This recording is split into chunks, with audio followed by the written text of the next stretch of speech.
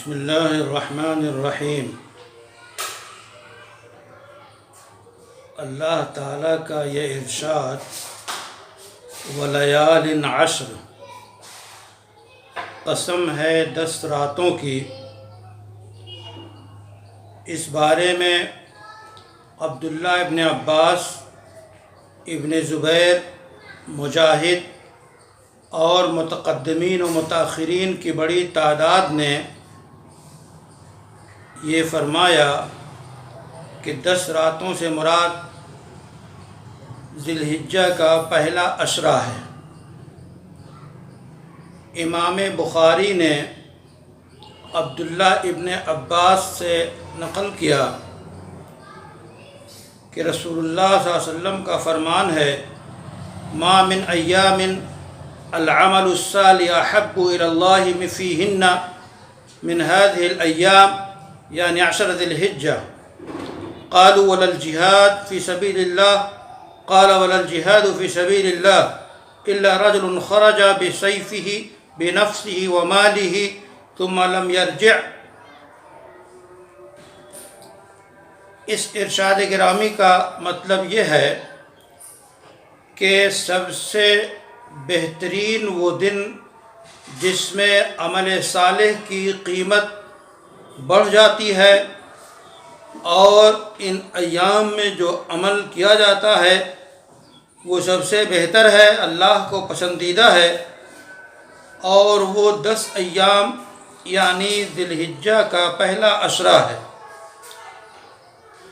حاضرین نے سوال کیا کہ کیا جہاد کی بھی وہ قدر و قیمت نہیں جو ان دنوں میں نیک عمل کی ہے؟ تو آپ نے فرمایا جی ہاں، راہ خدا میں جہاد کی بھی وہ قدر و قیمت نہیں ان دنوں میں جو نیک عمل کی ہے۔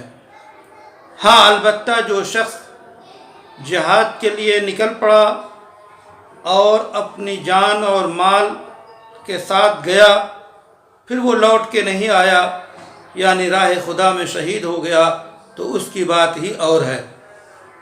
اس حدیث سے واضح ہوتا ہے کہ عشرہ ذی الحجہ کے پہلے عشرے کی فضیلت کیا ہے کہ ان دنوں میں جو بھی عمل کیا جائے وہ اللہ کو انتہائی محبوب اور پسندیدہ ہیں۔ اللہ تعالیٰ انسانی نفسیات سے واقف ہیں۔ الا یعلم من خلق وهو اللطیف الخبیر، کیا وہی نہیں جانے گا جس نے پیدا کیا اور وہ باریکی سے واقف ہے اور وہ باخبر ہے؟ تو انسان کی نفسیات سے اللہ باخبر ہے، اس لیے طاعت، فرمانبرداری، اللہ کی طرف رجوع اور احکام الہی کی پابند ہونے کے لیے اللہ تعالیٰ نے اعمال اور اچھے کام کی اجر و ثواب کو خوب رکھا ہے اور فضیلتیں بیان کی ہیں کہ اگر تم نے یہ کیا تمہیں یہ ملے گا۔ تو اس طرح انسان کے نفس کو اور انسان کے ذوق کو اللہ پروان چڑھاتے ہیں تاکہ انسان پاکیزہ، مزکہ، مجلہ، رب کا محبوب ترین بنتا جائے اور قرب الہی حاصل کرتا جائے۔ اس کے بہت سے اسباب رکھے، انہی میں سے ذی الحجہ کا پہلا عشرہ بھی ہے۔ دوسری حدیث میں فرمایا گیا کہ ذی الحجہ کے عشرے میں ایک روزہ سال روزے کے برابر ہے۔ ایک روزہ رکھنا گویا 1 سال روزہ رکھنے کے برابر ہے۔ اسی طرح ذی الحجہ کی پہلے عشرے کی ایک رات شب قدر کے برابر ہے۔ تو یہ دونوں اتنی بڑی فضیلتیں ہیں کہ انسان جب اسے سنے گا، اللہ کے رسول کے فرمان پہ کان دھرے گا، تو اس کے اندر شوق پیدا ہوگا اور لپکے گا نیکی کی طرف، روزے رکھے گا، عبادتیں کرے گا۔ اور نیک عمل سے مراد عام طور پہ لوگ یہی لیتے ہیں کہ نماز، روزہ، تسبیح، ذکر اور اللہ کی یاد میں لگ جانا، مسجدوں میں بیٹھ جانا، یہ بھی نیک عمل ہے اور نیک عمل کی اعلیٰ شکلیں ہیں۔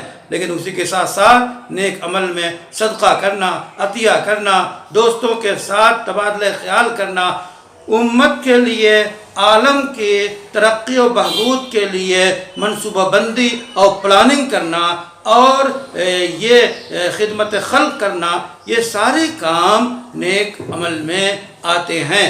تو حسب ترتیب و توفیق ان کاموں کو انجام دینا چاہیے۔ اسی طرح ایک دن میں روزہ رکھنا گویا 1 سال کے برابر ہے۔ رات کو عبادت کرنا گویا ذوالحجہ کے عشرے میں گویا شب قدر کے برابر ہے۔ یقیناً یہ سب فرامین رسالت ہیں، ہمارا اس پہ یقین ہے۔ لیکن یہ بھی یاد رکھیے کہ رمضان کی جو فضیلتیں اور شب قدر کی جو فضیلتیں ہیں وہ براہ راست قرآن سے ثابت ہیں، اور اس سے تشبیہ دی گئی ہے، شب قدر سے تشبیہ دی گئی ہے۔ جیسا کہ کسی حسین کو تشبیہ دیتے ہیں چاند سے، تو اس کا مطلب یہ ہے کہ ظاہر ہے کہ چاند کی خوبصورتی مسلم ہے۔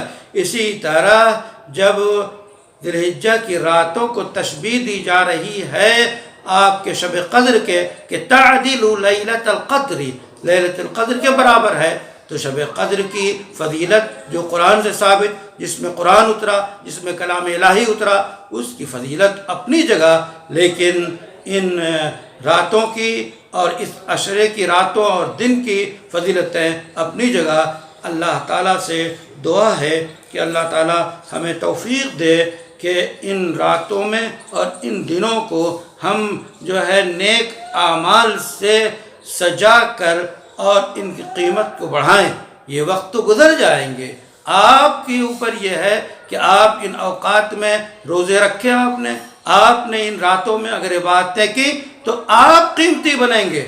وقت تو گزر رہا ہے، اس لیے اس قدر و قیمت، اس وقت کی قدر و قیمت پہچانیے اور بڑھیے، روزے رکھیے، عبادتیں کریے، عمل صالح کیجئے، اللہ کو خوش کرنے کی جو ہے وہ کوشش کیجئے، اور جو اصل عمل آنے والا ہے قربانی کا، ان اعمال صالحہ کے ذریعہ اس عمل اکبر کی تیاری کیجئے۔ اللہ اکبر، اللہ قبول فرمائے۔